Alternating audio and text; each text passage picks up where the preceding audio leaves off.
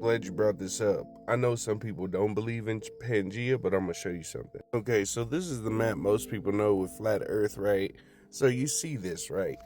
When people talk about flat Earth, it sounds crazy. People like, the Earth ain't flat, it's round. But it's really an electromagnetic database network that look like this. That's really what it looked like. It's a Vesca Pisces.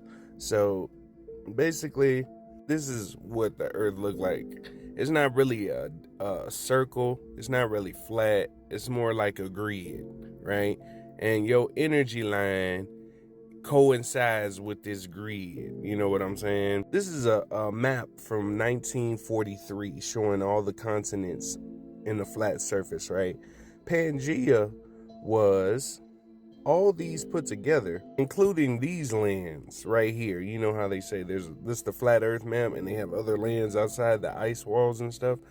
Pangea was all of this put together. There used to be a bridge that used to go across the middle, right across the middle, called the Hades Bridge or the Rainbow Bridge. You remember Thor? The city was built like, let me show you. So when people talk about flat earth, this is really what they mean. Imagine all the continents put together, and you see that bridge right there. Imagine that going all the way through on each side. There was two, Hades, the Golden Bridge. You remember Thor when they were on that bridge? That's what it was. All the lands were put together in this giant ass circle that looked like this, which is a cymatic city. So Atlantean cities and stuff like that used to be built like this too. And some of those cities used to be like built like that and used to float on the water. That's why you see Atlantis is in Africa, Atlantis is in Atlanta, and all these different, because they used to float. Like I showed you with them pyramids, they used to have whole cities that used to float. And when people talk about Pangea, this is really what they mean, like this. This is an old flat earth map from Japan. You see how all the lands are separated? All these together are Pangea. It's not what you learned in school. And they say there's more out there. I'm gonna just leave that up to you for your interpretation. There's, these are sort of like different worlds out there.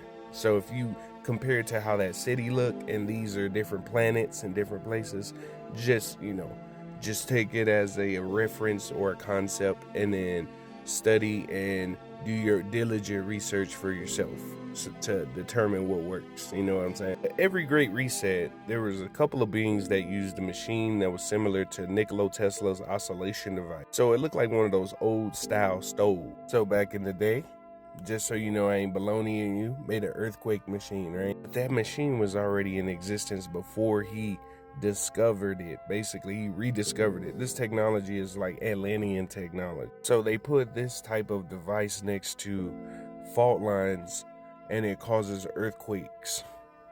Japan has one. That's why they have the most earthquakes in the world. This is all for entertainment, educational purposes, the satire, and reading the script. But anyway, every great reset that we've ever had, they use this device to separate the continents. And then once they got the continents to a certain degree, that's when that ice came up. Part of Antarctica is to keep that ice up, and now that it's melting, the other ice is melting in those other places too. This land has been known for thousands of years. They just now telling you they found a new continent outside of Australia. They found new islands in Japan, new species of animals in New Zealand, but it's all of that's already been there. Just like in Antarctica, that whole continent used to be known as Tierra del Fuego, which is the land of fire. Why is there ice there? Number one. Number two, this is the Urbano Monte map of 1587. This is Antarctica without ice. Yeah, you don't see no ice. This is Antarctica in the world, right? So this is in a Russian library that they, released with all those other documents they released. So, yeah, Antarctica used to be tropical, and there's flowers growing there now, and that volcano that's spewing monoatomic gold is still going on right now. I think it's 6,000 pounds a day of monoatomic gold coming out of volcano. This whole land is filled with resources. That's why all the continents of the world signed a treaty. And there's also an entrance to inner earth to go down to a new place. That's why you remember when China found that underground tunnel that led to trees and vegetation underground by we have a bunch of those portals and places to go to other places underground. Some of y'all who still don't believe, that's the UN logo. That's the flat earth map, just showing y'all that, you know, like I said, for entertainment, educational purposes, this is all satire and reading script. Yeah, all this is coming out, and a lot of people gonna learn about Pangea.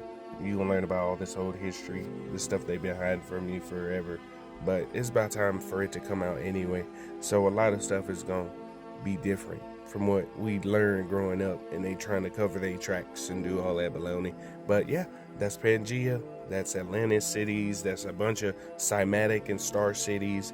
I'm just giving you a preview of what's to come. I'm just giving you like a trailer. But if you like this, follow, like, subscribe, share your thoughts in the comments. Let me know what you think. If you have more information to share, put it in the comments. We love everybody. Take care. Peace.